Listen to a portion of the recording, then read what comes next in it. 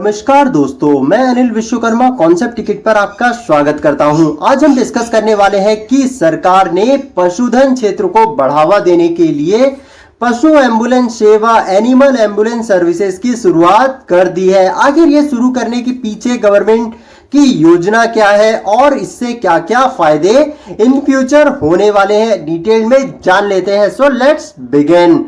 बुधवार को 14 जुलाई इकोनॉमिक्स अफेयर्स की कैबिनेट कमिटी ने livestock health and diseases control के साथ national animal diseases control program में शामिल हो गई है। मतलब ये दोनों शामिल हो गए हैं, एक साथ आ गए हैं। और इसके साथ ही यह भी अनाउंसमेंट की गई है कि जल्द ही देश में जानवरों के लिए एम्बुलेंस सर्विसेज को शुरू कर दिया जाएगा। और कमिटी ने एक special live stock sector package के इम्प्लीमेंटेशन के लिए भी मंजूरी दे दी गई है। मतलब इसके लिए लमसम पैसा भी दिया जाएगा जिससे कि सर्विसेज को प्रॉपरली रन किया जा सके और स्टार्ट भी किया जा सके।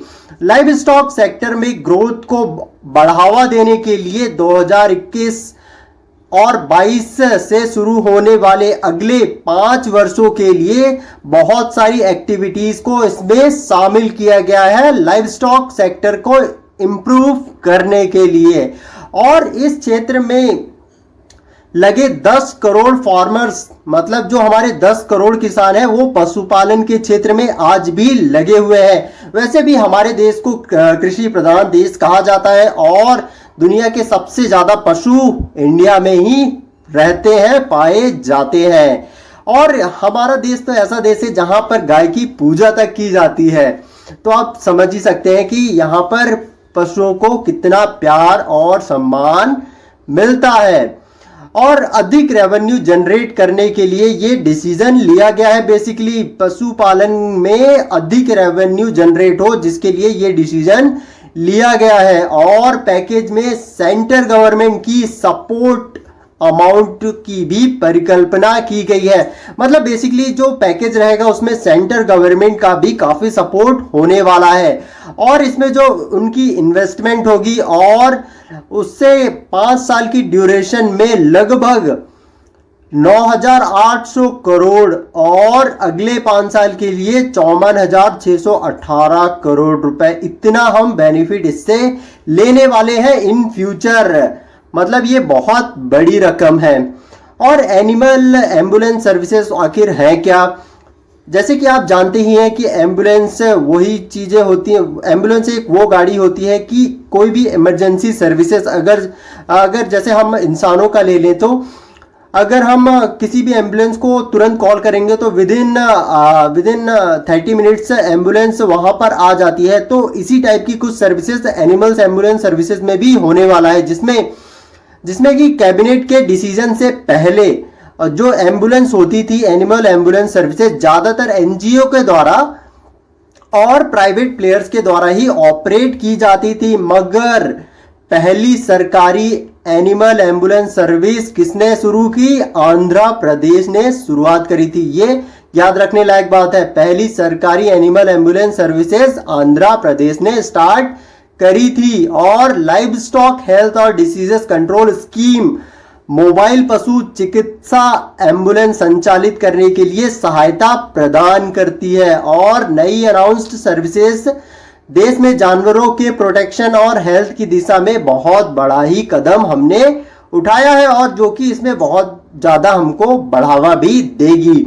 और लाइव स्टॉक हेल्थ और डिसीज कंट्रोल स्कीम जो है वो पशु चिकित्सालयों और औषधालयों की स्टैब्लिशमेंट और स्ट्रेंथनिंग बहुत ज्यादा मजबूती देगी और शुरुआत करने में भी सहायता करेगी। और इसके लिए जो फंडिंग पैटर्न है उसमें जो है 60-40 का रेशो रहेगा, जो कि केंद्र मतलब सेंट्रल गवर्नमेंट का 60% रेशो रहेगा और 40% जो रहेगा नॉर्थ ईस्ट के जो राज्य है उनका रहेगा 40%। मतलब 60% पैसा जो है सेंट्रल गवर्नमेंट देगी और 40% जो नॉर्थ ईस्ट के स्टेट हैं वो देंगे। नॉर्थ ईस्ट के स्टेट आपको पता होना चाहिए कि जो हमारा बांग्लादेश है उसके जस्ट साइड में जो स्टेट आते हैं, जैसे कि असम, मणिपुर, नागालैंड, त्रिपुरा, मिजोरम, मेघालय, अरुणाचल प्रदेश, ये जो 7 सिस्टर्स हैं ये हमारे पूर्वोत्तर राज्यों में गिने जाते हैं। और जो 3 हिमालय वाले क्षेत्र है जहां पर 90-10 का रेशो है, जहां पर 90% की फंडिंग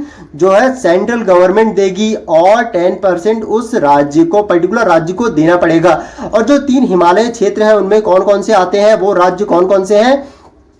एक तो है हिमाचल प्रदेश, और दूसरा है उत्तराखंड, और तीसरा सिक्किम है। मतलब ये तीनों जो है स्टेट है। और मतलब जो हिमाचल प्रदेश के जस्ट ऊपर वो फिर लद्दाख आता है, तो वो तो फिर केंद्र शासित प्रदेश हो जाता है। और बाकी हम यहाँ पर आगे चलेंगे अगर सिक्किम से, तो फिर वहाँ पर भूटान है, और फिर असम और अरुणाचल प्रदेश, तो फिर वो वहाँ तो नॉर्थ ईस्ट में हमने उसको काउंट कर लिया है। मेनली 3 हिमालयी क्षेत्र कौन कौन से हैं?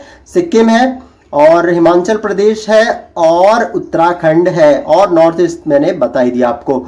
और उसके अलावा जो केंद्र शासित प्रदेश है उनको 100% का जो पैसा है वो, उसकी जो फंडिंग है वो सेंट्रल गवर्नमेंट ही देगी। और पशुधन क्षेत्र, मतलब भारत में जो पशुधन का क्षेत्र है, लाइव स्टॉक सेक्टर है, उस क्षेत्र को, पशुधन क्षेत्र को नेशनल इकोनॉमी और सोशल इकोनॉमिक एक्टिविटीज के ग्रोथ और डेवलपमेंट में भी महत्वपूर्ण भूमिका निभाता है। मतलब ये सिर्फ नॉर्मल चीज नहीं है, क्योंकि इसमें 10 करोड़ किसान लगे हुए हैं, तो एक बहुत बड़ा सेक्टर है। और इससे नेशनल इकोनॉमी पर भी बहुत फर्क पड़ता है, और सोशल इकोनॉमिक पर भी। और इसकी अगर ग्रोथ होगी, डेवलपमेंट होगी, तो ओवरऑल हमारे इंडिया की ही ग्रोथ होगी।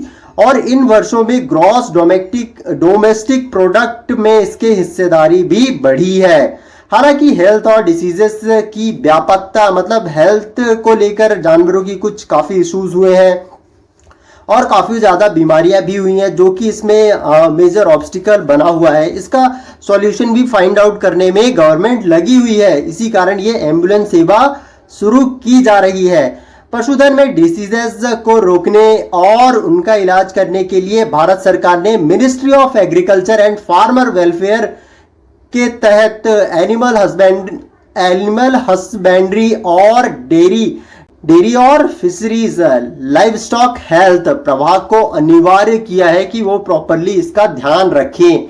और live stock health and disease control विभाग आखिर है क्या?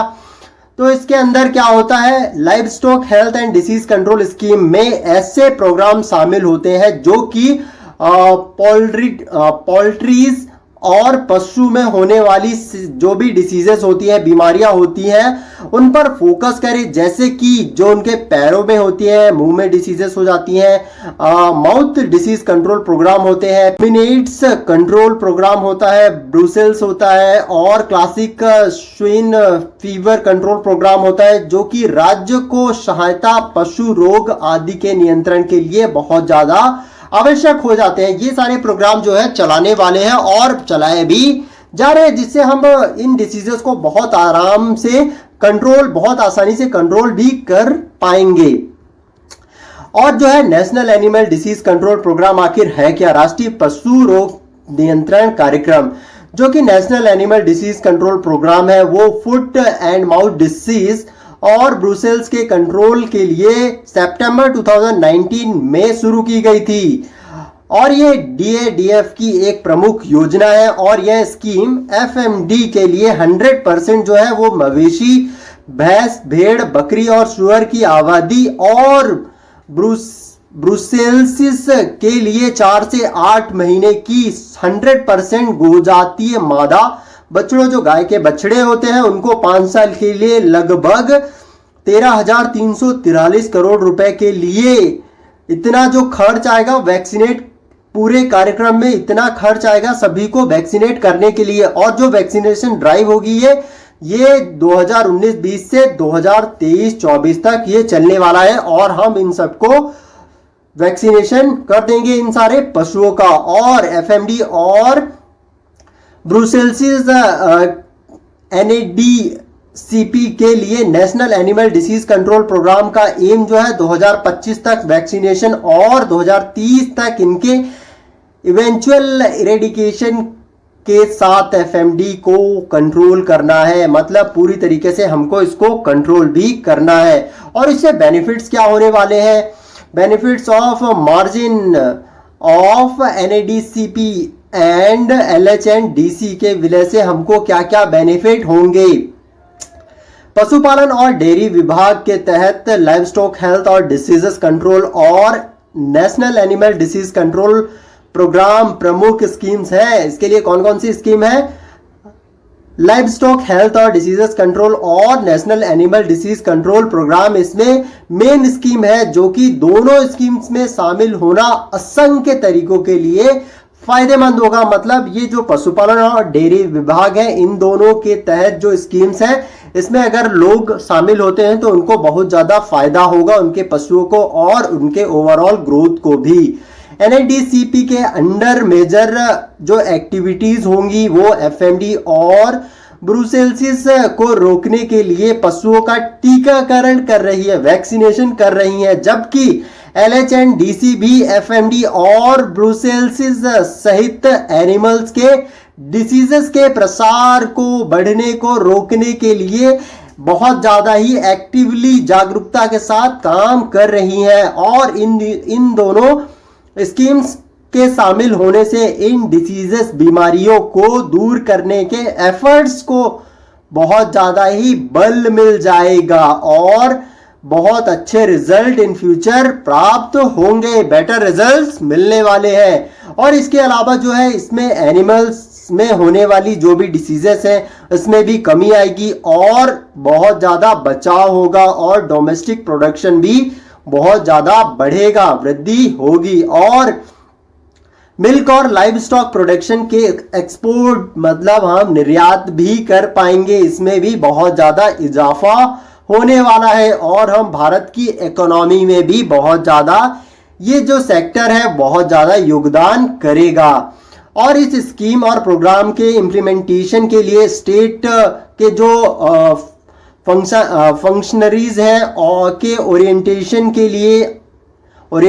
के लिए नेशनल, स्टेट, ब्लॉक और विलेज लेवल पर पब्लिसिटी की जाएगी और मास अवेयरनेस करा जाएगा, लोगों को जागरूक किया जाएगा, बहुत सारे कैंपेन भी चलाए जाएंगे और इंश्योर करेंगे कि इन स्कीम से जानवरों की प्रोडक्टिविटी और हेल्थ के लिए इंफॉर्मेशन नेटवर्क प्रॉपरली बनाया जाए। और सिर्फ नेटवर्क ना बनाया जाए, प्रॉपरली उनके पास डिटेल्स भी पहुंचे और एनिमल हेल्थ मॉड्यूल में ईयर टैगिंग, रजिस्ट्रेशन और डाटा अपलोडिंग करके टारगेट एनिमल्स की बेहतर आइडेंटिफिकेशन हो और उसका सर्विंग भी हो और रिकॉर्डिंग की भी सुविधा हो। मतलब ये सारी चीजें, सारी फैसिलिटीज वहां पर अवेलेबल होनी चाहिए, ऐसी व्यवस्था भी की गई है। इनके अलावा एनिमल्स एम्बुलेंस सर्विसेज को शुरू करने के डिसीजन से एम्प्लॉयमेंट, रोजगार, जो कि बहुत बड़ी दिक्कत है, ये भी बढ़ेगा, रोजगार के अवसर बढ़ेंगे और लोकल्स जो वहाँ के आम आदमी है, लोकल्स पीपल है, वहाँ के रहवासी है,